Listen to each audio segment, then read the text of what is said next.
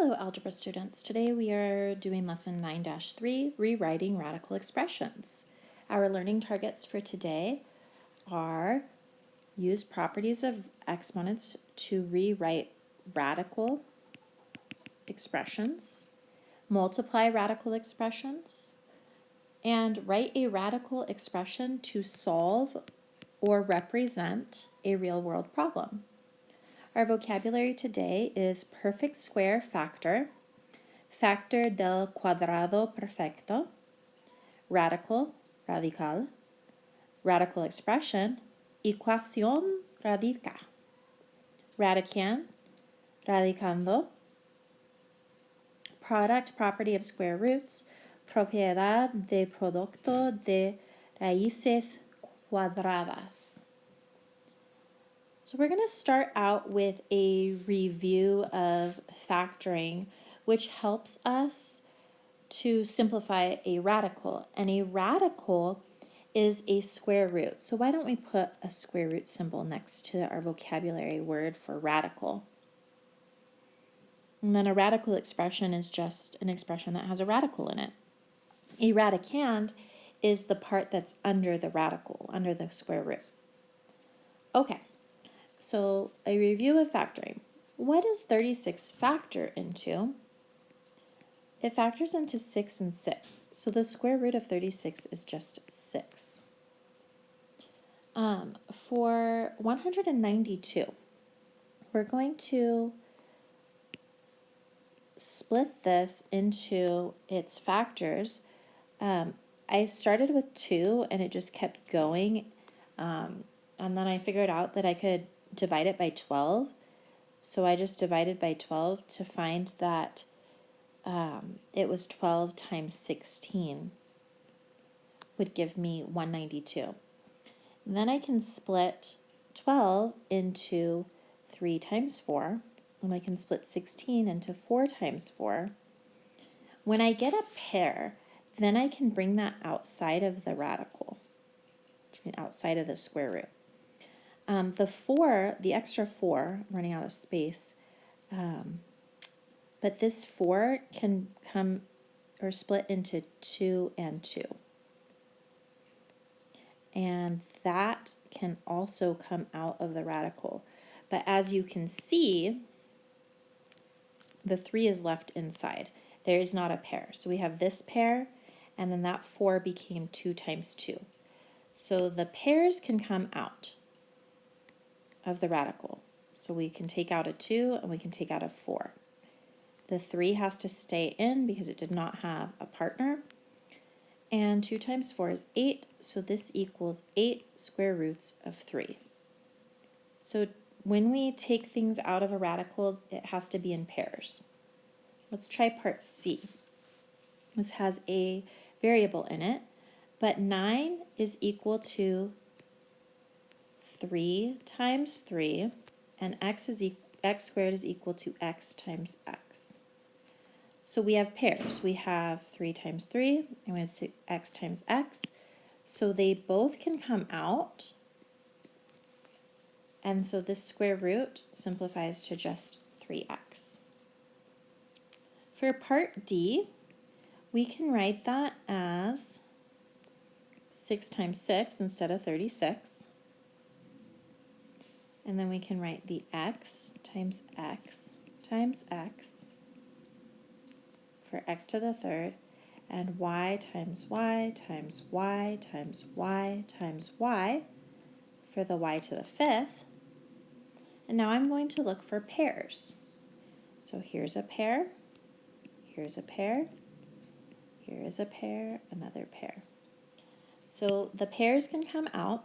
So we have a 6, we have an x, and we have 2 pairs of y's, right? So that's going to be y squared, because one y comes out, another y comes out. And then we leave x and y inside.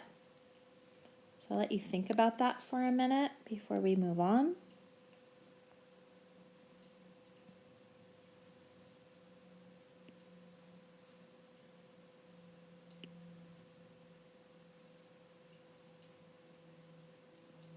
So the product property of square roots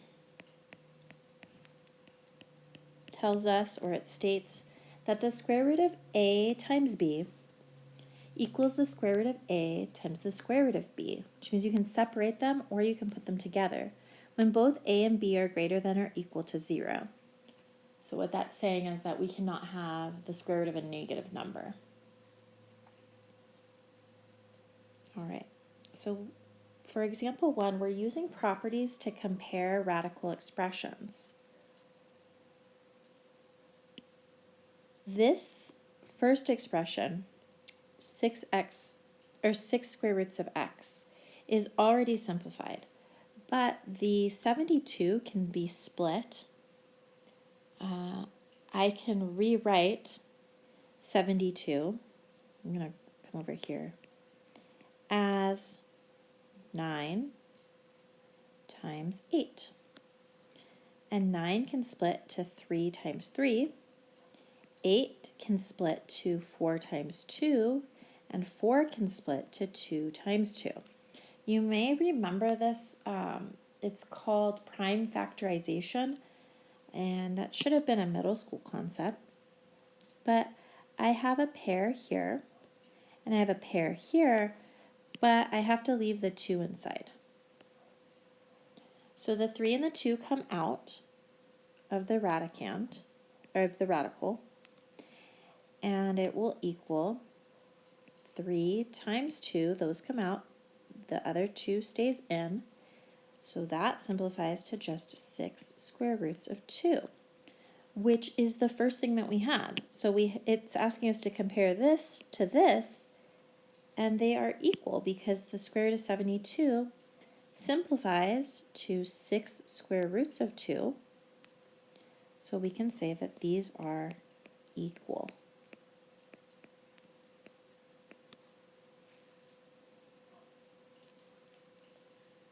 All right, same thing for part B. We have 2 square roots of 11. That is simplified, but the 44 is not simplified. So over in our space, we're going to work this out, the square root of 44. And I'm going to pause the video and I'm going to ask for volunteers on this one.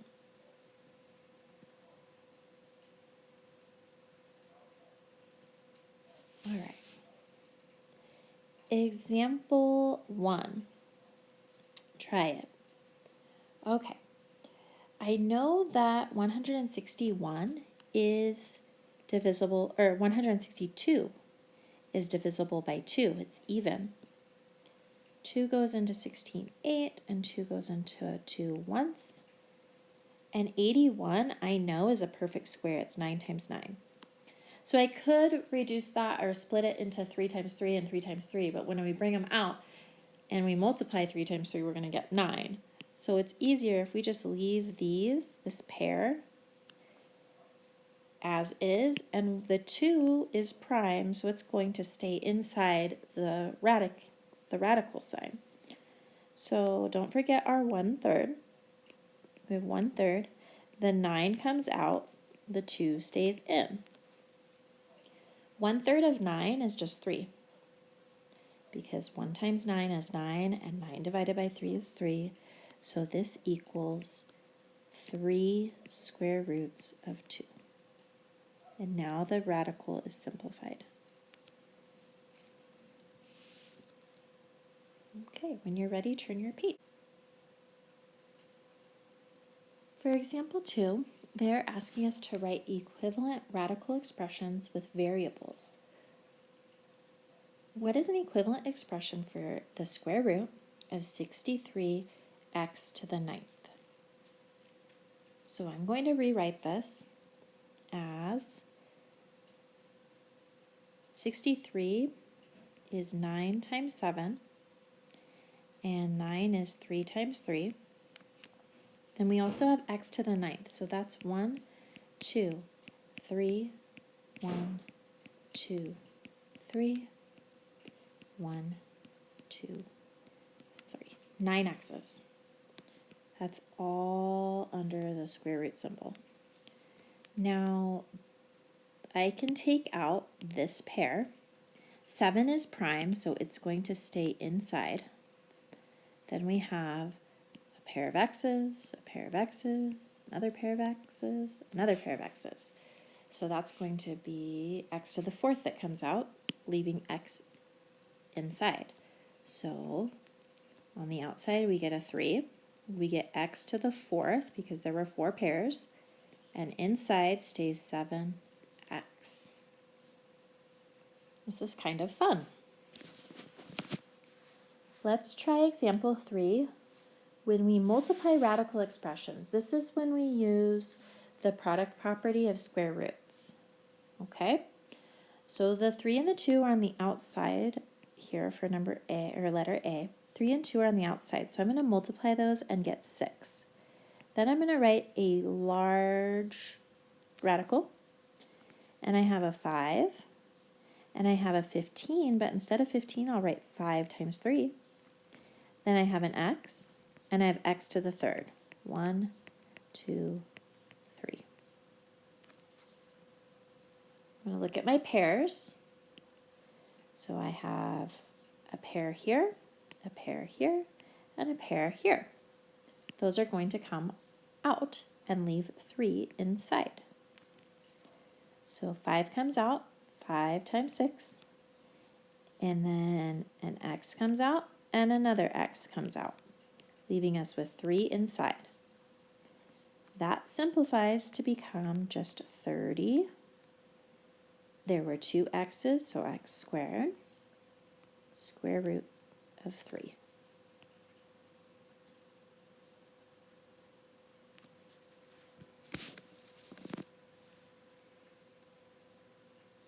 Let's do B as a class, so I'm going to pause the video and work it out with you guys. Okay, here's an example 4 try-it problem. A company used the product, the square root of 12x to the 5th times 3 square roots of 4y to the 3rd to model the amount of materials needed to resurface a tennis court. Write an expression for the area of the tennis courts without any perfect squares in the radicand. I don't think that they really would have represented the product in such a way, but it's kind of funny. We're pretending this is a real world problem. Yes, finding the area of a tennis court is a real world problem, but I'm not sure how this relates to the materials used. I would have to ask somebody who resurfaced tennis courts that question. But let's multiply this. The 3 is going to stay on the outside. Inside, we're going to make a big radicand, and I'm going to write 12 times 4. So I'm going to put the numbers together, and then I'll put the variables as x to the 5th. So we'll write 5 of them. And then we have y to the 3rd, so I'll write 3 of them. Now, if you can come up with a faster way to do this, by all means, that's what math is about. We make our life easier and more efficient. That's why we have symbols in math. These variables come in pairs. There's an x and a y that is going to stay inside. Now I need to break the 12. If I break it into 4 times 3, then I would have a pair of 4s, and the 3 would stay inside. So all together, we already had a 3 on the outside. Now we're bringing another 3 on the outside. Oh no, I'm sorry. Nope. That 3 stayed inside because it's circled. A 4 comes out because that was a pair. An x comes out, another x comes out, and a y comes out. Inside the radical, what did I circle? A 3, an x, and a y. Now we just need to simplify because 3 times 4 is 12. X times x is x squared. We just have a y. And 3xy stays inside. For a second, I thought maybe that x looks like a multiplication, but it's not. It's a variable.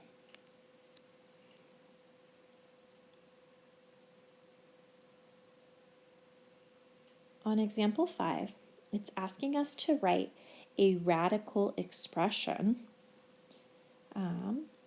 This question is actually more of a real world problem that actually would be used in real life. It says a light fixture in an ice cream shop is the shape of an ice cream cone, and the cone has a height that is 7 times the radius. So we know the radius is 3 by looking at the picture. The expression for the slant height is the square root of r squared plus h squared, and that comes directly from the Pythagorean theorem, which is a squared plus b squared equals c squared, because when you're solving for c, which is the hypotenuse, that'll be the slant height, you would take the square root of the a squared plus b squared. So r is the radius and h is the height of the cone. The slant height should be no longer than 24 inches, and that's going to be important for our question. To fit on the wall, what is the slant height of the cone with the radius shown? And we want to make sure that it's going to fit on that 24-inch wall. Okay, so I'm going to draw this as a triangle because it's a right triangle. And being a right triangle means we can use the Pythagorean theorem. So the radius is 3 inches. And the height is 7 times the radius. It said that in the problem. The height is 7 times the radius, so it equals 21 inches. Now we're just going to plug that in to the formula they gave us, which was the square root of r squared plus h squared, coming directly from the Pythagorean theorem. Being able to solve formulas like this is a very important skill in math because it helps you with these real world problems. All right, the radius is 3 inches, so 3 squared. The height was 21 inches, 21 squared. We're going to add and take the square root. 3 squared is 9. My calculator tells me that 21 squared is 441. I'm going to add those together, and I get 450. Ooh, 450 is a good number. 450 splits into 10 times 45. 45 splits into 5 times 9. 10 splits into 2 times 5. 9 splits into 3 times 3, which is going to give us some pairs. We have a pair of 5s. We have a pair of 3s. And the 2 stays in. Okay.